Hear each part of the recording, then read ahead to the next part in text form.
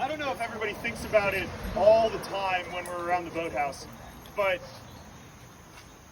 there is a long tradition in rowing and just, being on the water in general in the names of boats, right? All the boats that have names in there, people's names, classes of this, XYZ, whatever, all has a story behind it, right?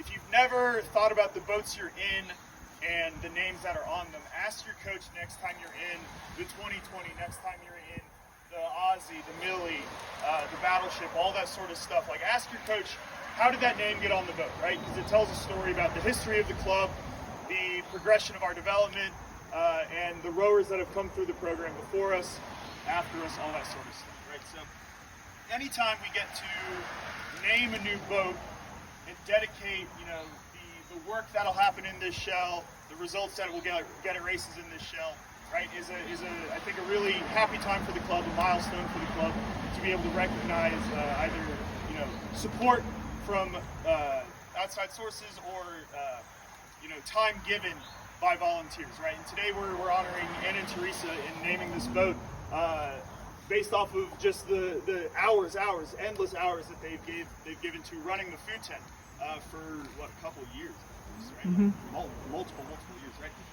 And I was saying this to the coaches earlier today, but I don't know if you all athletes think about all the work that goes into feeding all of you every single time we go to a race from 6 a.m. till 5:30, 6:30, 7:30 p.m. every day for multiple days in a row, right?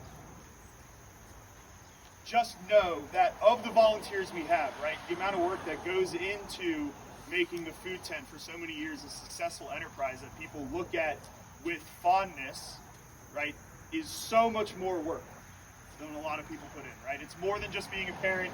It's more than just writing a check. It's showing up consistently and making sure that you all, as athletes, have a great time, right? So reflecting that fact, the team thought it was very appropriate, and we were very proud, right, to be able to put a name on this pair that represents Anna and Teresa and their time and work and effort and sort of consideration and the value that they've provided to the club, the value that they've provided to not only their own athletes, but to the hundreds of other athletes that have come through the program at once, right? And it takes a load off of the coaches on these regatta days, right? I'm not worried about the food tent and the nutrition and the food that you all are getting, because we know we had such excellent food tent shares running that performance, right? So without further ado, I think a hearty round of applause for Anna and Teresa and their contribution to the club. So if you guys want to come up here.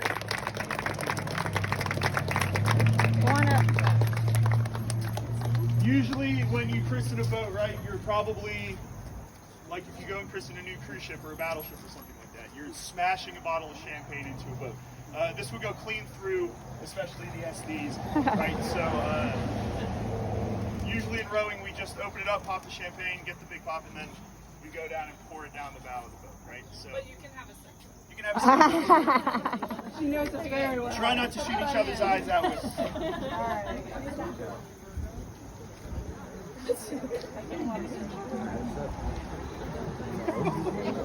I'll take the pages. Whatever you want. Like an F1 race. Woo!